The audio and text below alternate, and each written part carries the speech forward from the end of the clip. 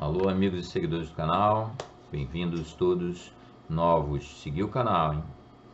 A todo mundo, like, por favor, para dar aquela força. Compartilhamentos e comentários. Hoje, então, é 8 de maio. Para mim é uma data importante, aniversário da minha mãe. Faria 97 anos se viva fosse. Semana passada foi do meu pai, né? 101 anos se vivo fosse. Então, assim como eu postei em homenagem ao meu pai na quarta passada, hoje eu vou postar aqui em homenagem à minha mãe. É um conto que eu acho que ela gostaria muito, eu creio que ela nunca leu. Se tivesse tido a oportunidade, ia gostar muito, porque ela era uma pessoa assim muito ligada aos animais e tal, e o conto ele trata exatamente da relação de um cara, de um prisioneiro com um cão. Parece uma história assim, um tanto romântica não é o caso, mas um tanto adocicada talvez, mas é porque isso é a primeira parte do conto. Quando chega no fim, aí o horror acontece, vocês vão ficar impactados, eu tenho certeza. Eu fiquei impactado, mas tudo bem, que eu era criança. Mas aí eu chorei um bocado, eu não acho que muita gente aqui vai chorar, mas que vão ficar impactados vão. Bem, o conto chama-se Febo, de um autor italiano chamado Curzio Malaparte. Curzio Malaparte é um escritor bem famoso, ele nasceu em 1898, morreu em 57, um ano antes de eu nascer. E ele adotou o nome Curzio Malaparte, que é um pseudônimo, né? Dizem que é porque é uma brincadeira com o Bonaparte. Malaparte a parte ruim e Bonaparte a parte boa. Se é uma piada, eu não peguei bem a ideia. Mas era alguma coisa lá interna na família, sei lá. O fato é que o nome dele mesmo é Kurt Zuckert. Por quê? Porque ele, apesar de italiano, nasceu na Toscana, filho de uma mulher da Lombardia, um pouquinho mais a nordeste da Toscana, e norte da Itália. E o pai dele era alemão, Zuckert, daí vem esse nome dele, Kurt Zuckert. Mas ele era italiano totalmente, né? Não tinha nada de alemão. Ele era um intelectual, um escritor, ele tem uma vida muito da agitada, né? Muitíssimo agitada. Ele só para começo que ele participou das duas guerras mundiais, né? Da primeira como soldado, num front dos mais horrendos da Primeira Guerra Mundial, pouco mencionado, o front dos Alpes, né? Luta entre Itália e Império Austro-Húngaro, por conta das condições geográficas, né? Gelo, neve, foi uma frente de batalha das mais impressionantes, mais sofridas para os soldados, e ele participou. Ele escreveu, inclusive, o primeiro grande sucesso dele, um livro de impressões da Primeira Guerra, chamado Viva Caporetto. Caporetto foi uma batalha muito importante desse front aí, que os italianos foram destruídos pelos austro-húngaros. Não foi o suficiente para salvar o Império Austro-Húngaro, mas quase tirou a Itália da guerra, a Batalha de Caporetto. Ele participou dela.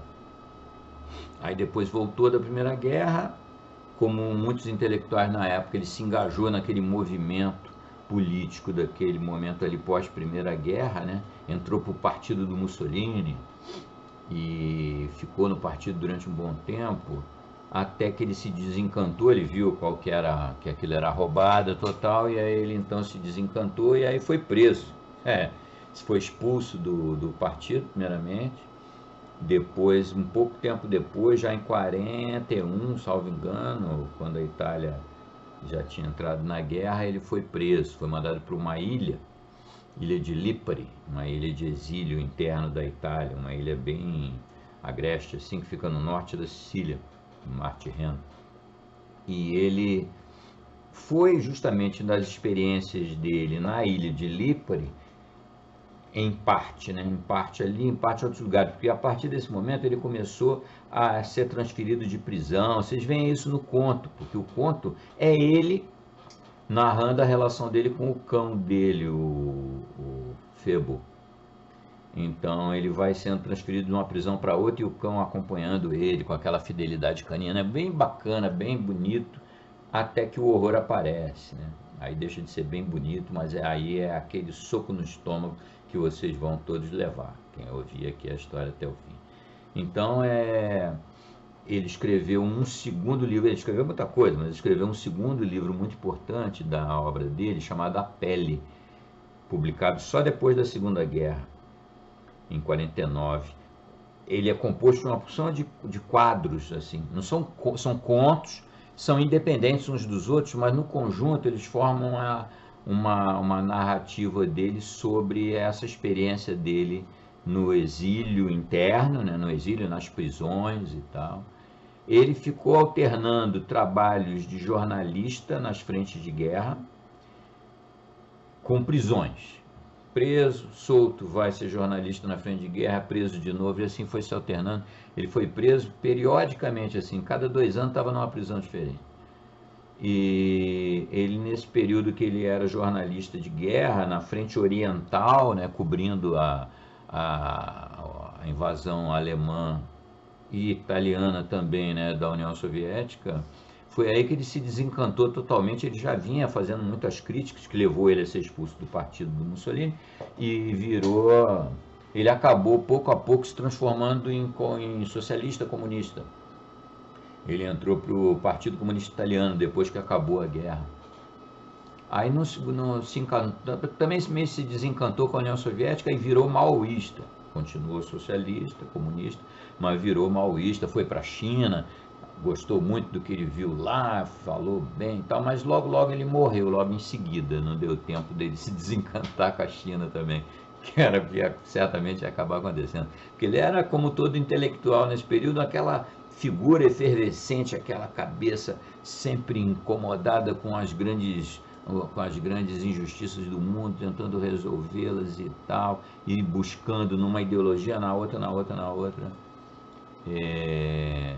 um caminho que não ia levar ele a resolver problema nenhum mesmo. Mas então, foi isso que aconteceu com ele. Ele foi tendo essa sucessão de pontos de vista políticos, né? E acabou morrendo. Morreu relativamente jovem, morreu com 59 anos, né? Até pouco para hoje, né? Para hoje em dia, na época não era assim tanto. Mas teve uma vida bastante agitada. O que eu ia falar ainda sobre o conto? Eu já comentei, não tem muito o que falar. É um conto curto, vocês vão ver. Ele é dividido em metade puramente poético e metade não, 2/3 ele é nessa batida de poesia, de coisa bonita, até que horror na cabeça, e aí é só ouvindo mesmo. Vocês vão ficar muito impressionados, eu acho que vão gostar. É difícil, gostaria que vocês comentassem, né? Como vocês classificariam esse conto do Curzio Malaparte, o Febo? Eu classifico ele de horror. Não pode haver, se você classifica uma obra de acordo com a sensação que ela causa no leitor, é horror. Não tem quem não fique horrorizado com aquele fim do conto. É impressionante. Estou fazendo suspense? Sim, estou mesmo. Que é para vocês irem, não deixarem de ouvir. Que no YouTube tem muito disso, né? Muita gente começa a assistir, para na metade, volta depois ou não volta. Esse conto aí, se vocês perderem aquele terço final, não leram o conto. Não leram o conto. Então é isso que eu tirei para homenagear a minha mãe aqui e dar para vocês aqui a minha narração de quarta-feira interlúdio de horror. Bem, só lembrando, eu comentei no final da postagem passada, do sábado, mas eu não custa lembrar, esse é o segundo conto daqueles livretinhos, né, do Avec, que eu comentei. Então, quem não lembra, dá uma espiada aqui no Segredo da Guilhotina. O Segredo da Guilhotina é o primeiro livro o primeiro conto do Villiers-de-L'Isle de Adam, é o primeiro desse livreto, e eu vou periodicamente ir narrando o livreto todo e todos os demais, eu tenho todos eles ali. Tem contos incríveis, apesar dessas capas apelativas, isso foi feito para chamar os leitores, né? Uma má ideia, que aí o leitor que quer esse tipo de coisa não acha, e o que gosta de literatura de alto nível, pela capa, às vezes deixa de ler o livro. Foi uma má ideia do editor, né? Mas de qualquer forma, os contos são o que há de melhor em literatura. Eu vou narrando pouco a pouco, vou vendo conforme vocês vão gostando, mais ou menos, eu vou introduzindo os contos. A minha intenção é até nem todos eles serem de horror, Mas o Segredo da Guilhotina foi, esse Febo, como eu digo, para mim é horror. Vamos lá, então é isso aí, vamos às agruras do Malaparte e seu cão Febo, lá na ilha de Lípari e posteriormente em Nápoles. Vocês vão gostar com certeza. Abraço a todo mundo, saudações, fiquem bem e é isso aí. Até o próximo sábado com mais Lovecraft.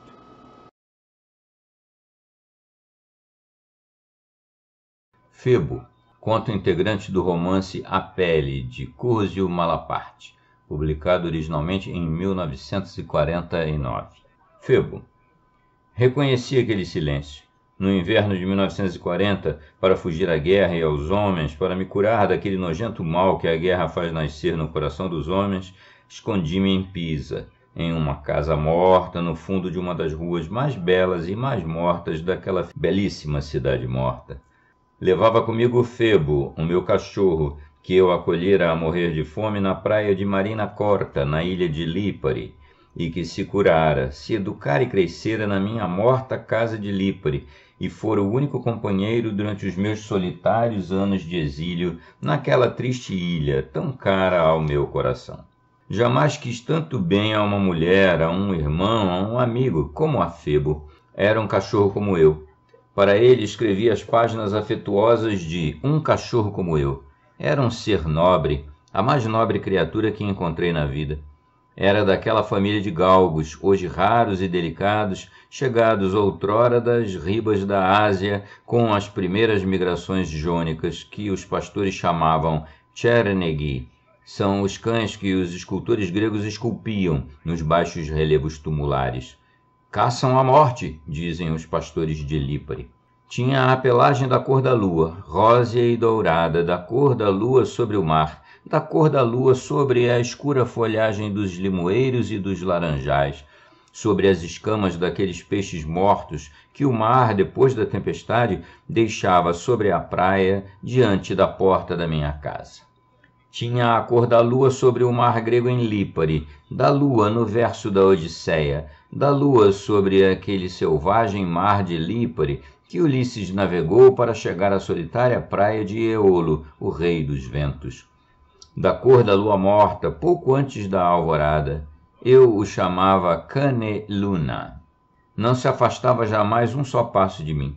Seguia-me como um cão. Digo que me seguia como um cão. Sua presença na minha pobre casa de Lípari, flagelada sem descanso pelo vento e pelo mar, era uma presença maravilhosa. De noite ele iluminava a minha sala nua com o claro calor de seus olhares lunares.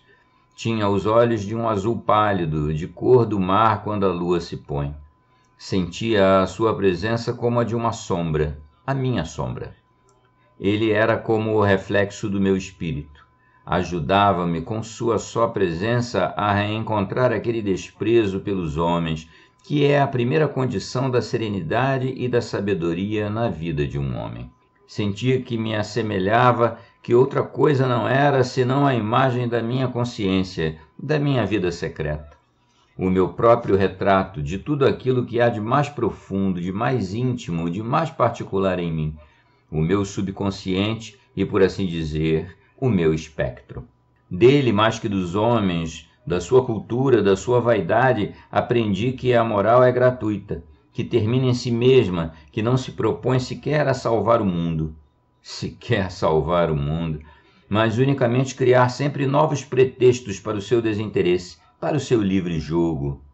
O encontro de um homem e um cachorro é sempre o encontro de dois espíritos livres, de duas formas de dignidade, de duas morais gratuitas. O mais gratuito e o mais romântico dos encontros. Daqueles que a morte ilumina com seu pálido esplendor, semelhante à cor de uma lua morta sobre o mar, no céu verde do amanhecer. Reconhecia nele os meus anseios mais misteriosos, os meus instintos secretos, as minhas dúvidas, os meus espantos, as minhas esperanças. Minha era a sua dignidade perante os homens, meus a sua coragem e o seu orgulho diante da vida, meu o seu desprezo pelos fáceis sentimentos do homem. No entanto, mais do que eu, ele era sensível aos obscuros presságios da natureza, a invisível presença da morte que sempre dá voltas, nua e suspeitosa ao redor dos homens. Ele sentia chegarem de longe, pelo ar noturno, as tristes larvas dos sonhos, semelhantes àqueles insetos mortos que o vento traz não se sabe de onde. E em certas noites, deitado a meus pés na minha muda sala de Lipari, ele seguia à roda de mim, com os olhos, uma presença invisível que se avizinhava, quase afastava, que permanecia longas horas a me espiar detrás do vidro da janela. Sempre que a misteriosa presença se aproximava de mim, até me tocar na fronte. Febo rosnava, ameaçador, com o pelo do dorso eriçado, e eu ouvia um grito lamentoso a se afastar na noite, a morrer pouco a pouco. Era o mais querido dos meus irmãos, o meu verdadeiro irmão, aquele que não trai, que não humilha, o irmão que ama, que ajuda, que compreende, que perdoa. Somente quem sofreu longos anos de exílio em uma ilha selvagem e voltando para o meio dos homens vê-se evitar e fugir como um leproso, por todos aqueles que um dia, morto o tirano, serão os heróis da liberdade, somente esses sabem o que pode ser um cachorro para um ser humano. Febo me fixava muitas vezes com uma desaprovação nobre e triste em seu olhar afetuoso da minha tristeza, uma espécie de pudor diante dele. Senti que naqueles momentos Febo me desprezava. Com dor, com um terno afeto, mas certamente existia no seu olhar uma sombra de piedade e ao mesmo tempo de desprezo. Era não somente o meu irmão, mas o meu juiz. Era o custódio da minha dignidade e ao mesmo tempo, direi, com uma antiga expressão grega, o meu doruforema. Era um cachorro triste, de olhos graves. Todas as tardes passávamos longas horas na soleira desabrigada da minha casa, olhando o mar. Oh, o mar grego da Sicília! Oh, o vermelho penhasco de Sila, lá longe, defronte a Caríbide, e o cume nevado do Aspromonte, e a espádua cândida do Etna, Olimpo da Sicília. Verdadeiramente não existe no mundo, como canta Teócrito, nada de mais belo do que contemplar do alto de uma ribanceira o mar da Sicília. Acendiam-se nos montes os fogachos dos pastores, saíam as barcas para o alto encontro com a lua, e o grito lamentoso das conchas submarinas com as quais os pescadores se chamam sobre o mar se afastava ao argênteo e caliginoso luar. A lua surgia sobre o penhasco de Sila e o Stromboli no alto, inacessível vulcão no meio do mar, ardia como um grito solitário dentro da profunda floresta azul da noite. Nós olhávamos o mar, aspirando o cheiro do sal e o aroma forte e inebriante dos laranjais, o cheiro do leite de cabra, dos ramos de zimbro ardendo nas lareiras e o cheiro amargo e profundo de mulher, que é o cheiro da noite siciliana, quando as primeiras estrelas se levantam pálidas no fundo do horizonte. Depois, um dia, fui conduzido com os ferros nos pulsos de Lipari para outra ilha e de lá, após longos meses, para a Toscana. Febo me acompanhou de longe, escondendo-se entre os barris de anchovas e os rolos de corda sobre a coberta do Santa Marina. O pequeno navio que de tempo em tempo vai de Lipari a Nápoles, e entre as cestas de peixes e de tomates sobre a barca a motor que faz cabotagem entre Nápoles, Ischia e Ponza. Com aquela coragem que é própria dos velhacos e é o único mérito que têm os servos para gozarem, também eles, do direito à liberdade, a gente parava para me olhar, com olhos de reprovação e de desprezo, insultando-me por entre os dentes. Somente os Lazzaroni, deitados ao sol sobre o cais do porto de Nápoles, me sorriam às escondidas, cuspindo no chão entre os sapatos dos carabinieri. Eu me voltava para trás de quando em quando para olhar se Febo me seguia, e o via caminhar com a cauda entre as pernas ao longo dos muros, pelas ruas de Nápoles, da Immacolatella ao Molo Beverello, com uma maravilhosa tristeza nos olhos claros. Em Nápoles, enquanto eu caminhava manietado entre os carabinieri na via Partenope, duas senhoras se aproximaram sorridentes. Eram a mulher de Benedetto Croce e Mini Casella, a mulher do meu caro Gaspare Casella.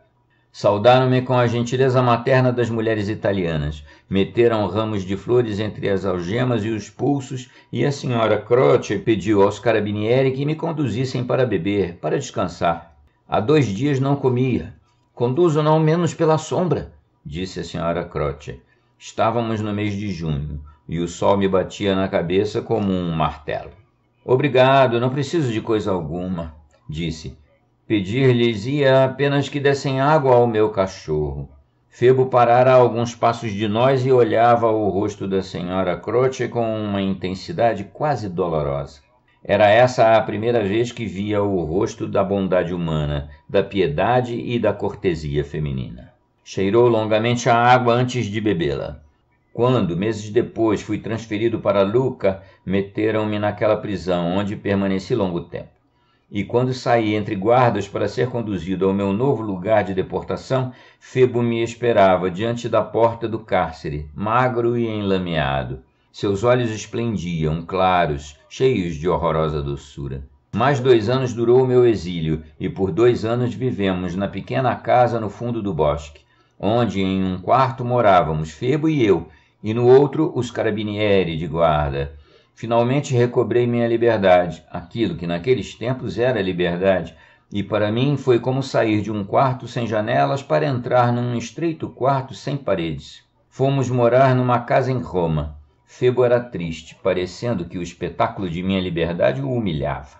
Ele sabia que a liberdade não é um fato humano, que os homens não podem e talvez não saibam ser livres, que a liberdade na Itália, na Europa, fede como a escravidão. Durante o tempo que passamos em Pisa, permanecíamos quase todo dia em casa, e só ali pelo meio-dia saíamos a espairecer ao longo do rio. Ao longo do belo rio pisano, o Arno, cor de prata, pelos belos Lungarini claros e frios, depois íamos à Piazza dei Miracoli, onde surge a torre inclinada que torna Pisa famosa no mundo inteiro. Subíamos a torre e lá de cima contemplávamos a planície pisana até Livorno, até Massa, e os pinheirais e o mar lá embaixo, a pálpebra luminosa do mar e os Alpes apuanos, brancos de neve e de mármore. Aquela era minha terra, aquela era o meu torrão toscano, aquelas as minhas selvas e aquele o meu mar, aqueles os meus montes, aqueles os meus rios. Ao entardecer, íamos sentar no parapeito do Arno, aquela estreita muralha de pedra sobre a qual Lord Byron, durante os seus dias de exílio em Pisa, galopava todas as manhãs sobre a sela de seu belo alazão, entre a gritaria de espanto dos pacíficos populares. E olhávamos o rio correr, arrastando na clara corrente folhas queimadas pelo inverno e as nuvens de prata do antigo céu de Pisa. Febo passava longas horas agachado aos meus pés, e de vez em quando ele se levantava, se aproximava da porta e olhava para trás para me ver. Eu ia abrir a porta para ele, e Febo saía, voltava depois de 1 hora, depois de 2 horas, ofegante, o pelo alisado pelo vento, os olhos clareados pelo sol frio de inverno. À noite ele levantava a cabeça para ouvir a voz do rio, a voz da chuva sobre o rio. E eu, às vezes acordando, sentia dentro de mim o seu olhar morno e leve, aquela sua presença viva e afetuosa no quarto escuro, e aquela sua tristeza, aquele seu deserto pressentimento da morte. Um dia Febo saiu e não voltou mais. Esperei por ele até a noite, e desci da noite, corri pelas ruas, chamando-o pelo nome. Voltei para casa à meia-noite, me joguei na cama, com o rosto voltado para a porta entreaberta. De vez em quando eu me aproximava da janela e o chamava por muito tempo, gritando. Ao amanhecer, corri novamente pelas ruas desertas, entre as mudas fachadas das casas que, sob o céu lívido, pareciam de papel sujo. Assim que clareou, corri para a prisão municipal de Cães. Entrei em uma sala cinza, onde, fechados em gaiolas fétidas, gemiam cães com a garganta ainda marcada pela pressão do enforcador. O guarda me disse que talvez meu cachorro tivesse ficado debaixo de um carro, ou tivesse sido roubado ou jogado no rio por algum bando de jovens. Ele me aconselhou a fazer o circuito das carrocinhas. Quem sabe se Febo não estava na loja de algum carroceiro. Passei toda a manhã indo de carrocinha em carrocinha. E finalmente um toscano, em uma pequena loja na Piazza dei Cavalieri, me perguntou se eu havia estado na clínica veterinária da universidade, para onde os ladrões de cães vendem os animais destinados a experimentos clínicos por alguns trocados. Corri para a universidade, mas já passava do meio-dia e a clínica veterinária estava fechada. Voltei para casa, senti algo frio e liso dentro dos olhos. Parecia que meus olhos eram de vidro. À tarde voltei para a universidade, entrei na clínica veterinária. Meu coração batia forte, mal conseguia andar, tão fraco e oprimido pela ansiedade. Perguntei pelo médico de plantão, disse meu nome a ele. O médico, um jovem loiro, míope, com um sorriso cansado, me recebeu cortesmente e me olhou por um longo tempo antes de me dizer que faria tudo o que fosse possível para me ajudar. Abriu uma porta, entramos em uma grande sala limpa, brilhante, com um piso de linóleo azul. Ao longo das paredes estavam alinhadas uma ao lado da outra, como camas de uma clínica infantil, estranhas camas em formato de violoncelo. Em cada uma dessas camas estava deitado de costas um cão, com o ventre aberto, ou o crânio rachado, ou o peito aberto. Finos arames de aço enrolados à volta de uma espécie de parafusos de madeira, cravelhas que nos instrumentos musicais servem para esticar as cordas, mantinham abertos os lábios daquelas horrendas feridas. Via-se o coração nu pulsar, os pulmões, com as veias dos brônquios semelhantes a ramos de árvore, incharem como faz a copa de uma árvore ao sopro do vento. O vermelho, brilhante fígado contrair-se, devagarinho, devagarinho. Leves frêmitos correrem sobre a polpa branca e rósea do cérebro como em um espelho embaciado. O emaranhado dos intestinos se desatar preguiçosamente como um nó de cobras ao sair do letargo. E nenhum grito saía das bocas cerradas dos cães crucificados. Quando entramos, todos os cachorros tinham volvido os olhos para nós, fixando-nos com um olhar implorante e ao mesmo tempo cheio de uma atroz suspeita. Seguiam com os olhos os nossos gestos e, tremendo, espreitavam os nossos lábios. Imóvel no meio da sala, eu sentia um sangue gélido subir pelos meus membros. Pouco a pouco me tornei de pedra. Não podia descerrar os lábios, não podia mudar um passo. O médico apoiou a mão no meu braço e disse: coragem. Essa palavra derreteu o gelo dos meus ossos. Lentamente me movi, me inclinei sobre o primeiro berço. E, pouco a pouco, seguindo de berço em berço, o sangue me subia ao rosto, o coração se me abriu à esperança. Súbito, vi Febo. Estava deitado sobre o dorso, a barriga aberta, uma sonda mergulhada no fígado. Olhava-me fixamente com os olhos rasos de lágrimas. Tinha no olhar uma maravilhosa doçura. Respirava levemente, com a boca cerrada, sacudido por um tremor horrível. Olhava-me fixamente. Uma dor atroz me revolvia o peito. Febo, disse com voz baixa, e Febo me olhava com uma maravilhosa doçura nos olhos. Nele vi Cristo. Nele vi Cristo crucificado. Vi Cristo que me olhava com os olhos cheios de uma doçura maravilhosa. Febo, disse em voz baixa, curvando-me sobre ele, acariciando-lhe a cabeça. Febo beijou minha mão e não soltou um só gemido. O médico se aproximou e tocou-me o braço. Não posso interromper a experiência, disse. É proibido. Mas, pelo Senhor, dar-lhe-ei uma injeção. Não sofrerá. Tomei a mão do médico entre as minhas mãos e disse, enquanto as lágrimas me rolavam pelo rosto. Jure-me que não sofrerá. Adormecerá para sempre, disse o médico. Desejaria que a minha morte fosse tão doce como a dele. Respondi. Fecharei os olhos, não quero vê-lo morrer, mas faça-o depressa, depressa. Um instante apenas, disse o médico. E afastou-se sem rumor, deslizando pelo macio tapete de linóleo. Foi ao fundo da sala, abriu um armário. Permaneci em pé diante de Febo. Tremia horrivelmente, as lágrimas me sulcavam o rosto. Febo me olhava fixamente, e de sua garganta não saía a mais leve queixa. Olhava-me fixamente com uma maravilhosa doçura nos olhos. Também os outros cães, deitados de costas em seus berços, me olhavam fixamente. Todos tinham nos olhos uma doçura maravilhosa, e nem o mais leve gemido saía de suas gargantas. Súbito, um grito de espanto rompeu do meu peito. Por que esse silêncio? Gritei. Que significa esse silêncio?